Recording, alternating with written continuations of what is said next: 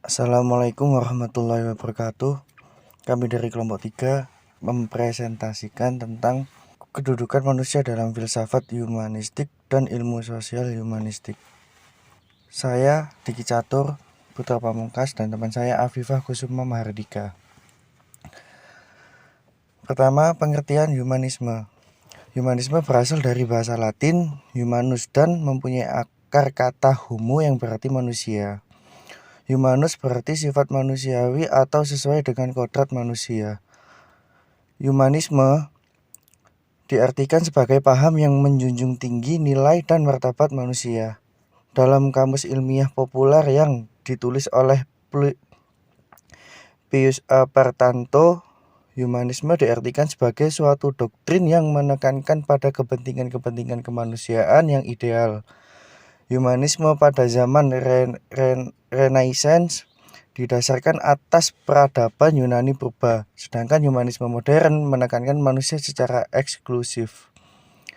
Menurut Zainal Abidin dalam bukunya Filsafat Manusia, memahami manusia melalui filsafat. Humanisme diartikan sebagai suatu gerakan budaya dan aliran filsafat yang berujung untuk menempatkan manusia pada kedudukan yang sangat terhormat di berbagai bidang kehidupan, yaitu kehidupan alam, kehidupan sejarah, dan kehidupan kebudayaan, dan filsafat dan ilmu pengetahuan. Istilah humanisme dalam sisi historis, jika ditinjau dari segi historisnya, humanisme sendiri berasal dari suatu gerakan intelektual dan kesusastraan yang pertama kali muncul di Italia pada paruh kedua abad ke-14 Masehi. Pergerakan ini merupakan motor penggerak kebudayaan modern, khususnya kebudayaan Eropa. Tokoh-tokoh yang terlibat dalam pergerakan tersebut diantaranya yaitu Dante, Petrarca, Boccaccio, dan Michelangelo. Istilah humanisme dalam sisi aliran-aliran dalam filsafat, humanisme merupakan paham atau aliran yang menjunjung tinggi nilai dan martabat manusia, sehingga manusia menduduki posisi yang sangat sentral dan penting, baik dalam perenungan teoritis filsafat maupun dalam praktis kehidupan sehari-hari. Maka dalam paham filsafat ini mengatakan bahwa segala sesuatu ukuran penilaian dan referensi akhir dari semua kejadian manusiawi dikembalikan kepada manusia itu sendiri, bukan kepada kekuatan-kekuatan di luar manusia. Filsafat pada zaman Renaissance. Humanisme sebagai suatu gerakan intelektual dan kesusastraan pada prinsipnya merupakan aspek dasar dari gerakan Renaissance abad ke-14 sampai 16 Masehi. Tujuan gerakan humanisme adalah melepaskan diri dari belenggu kekuasaan gereja dan membebaskan akal budi dari kungkungannya yang mengikat. Maka dalam batasan-batasan tertentu, segala bentuk kekuatan dari luar yang membelenggu kebebasan manusia harus segera dipatahkan.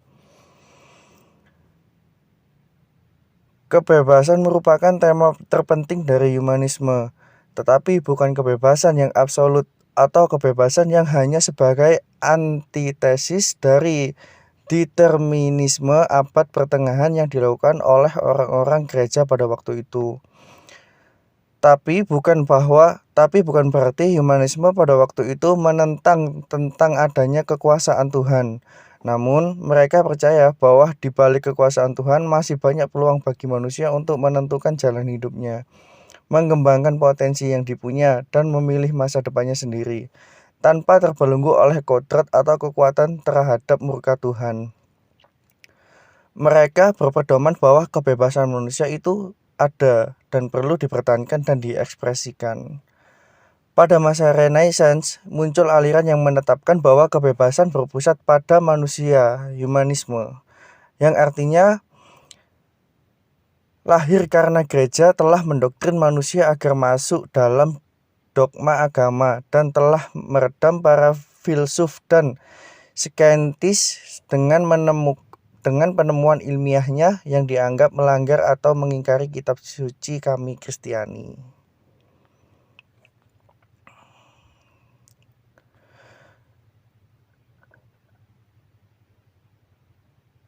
Humanisme dengan aliran filsafat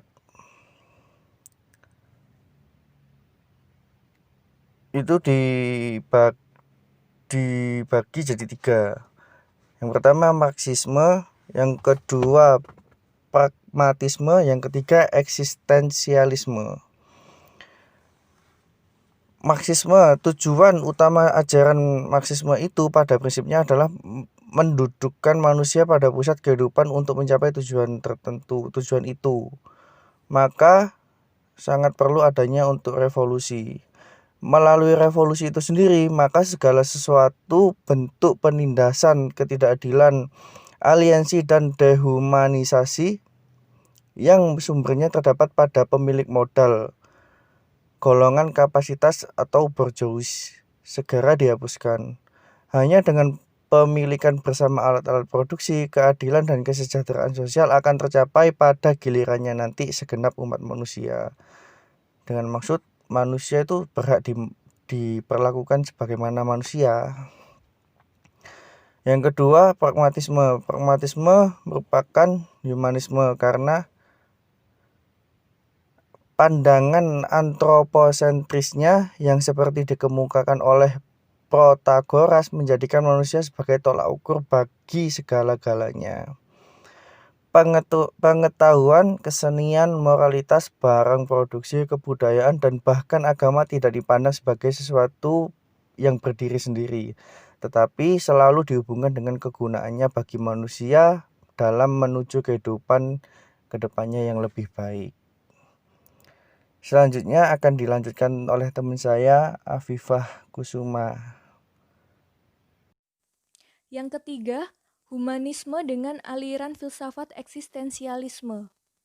Menurut paham eksistensialisme, tidak ada dunia lain di luar dunia manusia. Dengan manusia berada dalam posisi sentral atau menjadi pusat. Pragmatisme dan eksistensialisme menunjuk manusia lebih sebagai subjek atau individual konkret, ketimbang sebagai manusia pada umumnya dengan otonomi atau kebebasan yang dimilikinya.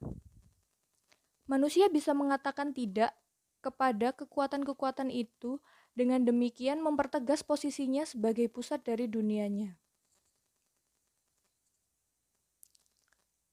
Pembahasan selanjutnya adalah ilmu-ilmu pengetahuan humanistik.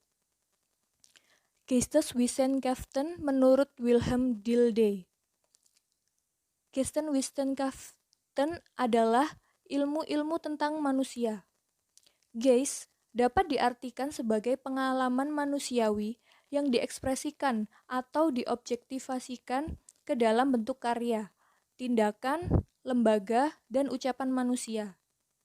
Termasuk ke dalam ekspresi-ekspresi tersebut adalah ekspresi sosial, gerak isyarat, kata atau bahasa, karya seni, dan produk-produk manusia lainnya seperti universitas, pasar, hukum, atau tradisi. Tugas dari Geisteswissenschaften adalah mengungkap dan memahami makna-makna yang terkandung dalam ekspresi-ekspresi tersebut melalui metode yang disebut Verstehen. Disiplin keilmuan yang menggunakan metode ini biasanya disebut ilmu-ilmu sosial, seperti ekonomi, psikologi, antropologi budaya, sosiologi, ilmu hukum, dan ilmu politik.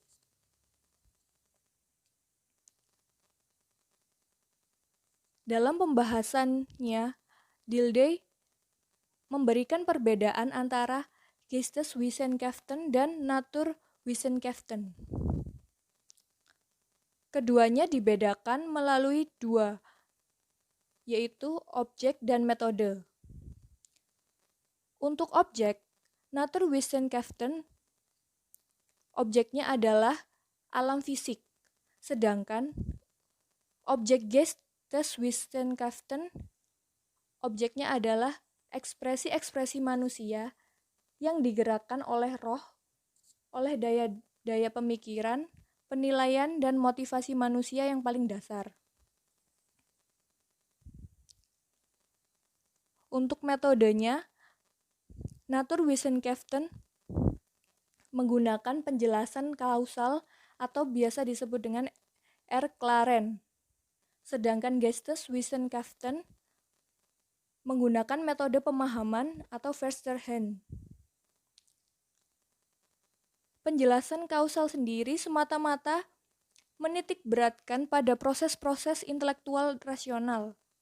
Sehingga dalam kausal yang diperlukan ialah kemampuan kita dalam melihat sebab akibat objektif dari suatu gejala tanpa memperhatikan subjektivitas dari gejala itu. Sedangkan untuk metode pemahaman ini lebih menitik beratkan pada segenap aktivitas mental, sehingga dalam pemahaman diperlukan kemampuan melihat gejala secara integral dan meninjaunya di dalam perspektif gejala itu sendiri.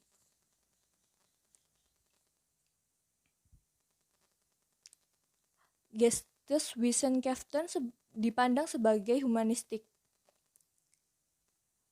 Pada abad ke-19 adalah abad di mana dunia intelektual didominasi oleh pemikiran positivistik. Prestasi luar biasa yang diraih oleh ilmu-ilmu alam atau Naturwissenschaften mendorong para ilmuwan ilmu sosial menggunakan metode yang sama, yaitu metode Erklaren ke dalam penelitian mereka terhadap gejala manusia. Sedangkan menurut Dilthey, menggunakan Erklaren sebagai metode untuk memahami gejala manusia sama dengan mendehumanisasikan manusia. Konsep Dilthey tentang manusia lebih humanis, karena menurutnya gejala manusia adalah unik, dengan tidak terhitung sehingga tidak dapat disejajarkan begitu saja dengan gejala-gejala alam yang lain. Dilthey menganggap manusia sebagai subjek, bukan sebagai objek. Dan meskipun manusia memang masuk dalam kategori alam, tetapi manusia juga hidup. Sehingga penggunaan metode ilmu-ilmu alam pada gejala manusia itu sendiri hanya akan menghapus keunikan, subjektivitas, dan kerohanian manusia. Dengan kata lain, Geisteswissenschaften ini manusia ditinggikan nilai dan martabatnya.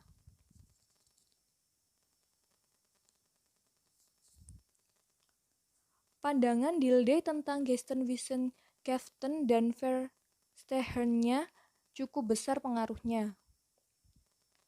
Para ilmuwan seperti Max Weber, Werner Sombart, Ernst Troitsch, Edward Springer, William James Carl Roger, dan Abraham Maslow telah mempraktekkan Verstehen dalam ilmu-ilmu sosiologi, ekonomi, antropologi, dan psikologi. Meskipun demikian, mereka tidak sepenuhnya setuju dengan bipolarisasi antara Geisteswissenschaften dan Naturwissenschaften. Bagi mereka, manusia yang menjadi objek telaah ilmu-ilmu mereka diperlakukan secara hormat sebagai subjek. Sehingga maksudnya adalah ilmu-ilmu humanistik dapat didefinisikan sebagai ilmu yang menempatkan manusia sebagai subjek sedemikian rupa sehingga manusia tetap dijunjung tinggi nilai dan martabatnya. Sekian presentasi dari kelompok kami. Kurang lebihnya mohon maaf. Wassalamualaikum warahmatullahi wabarakatuh.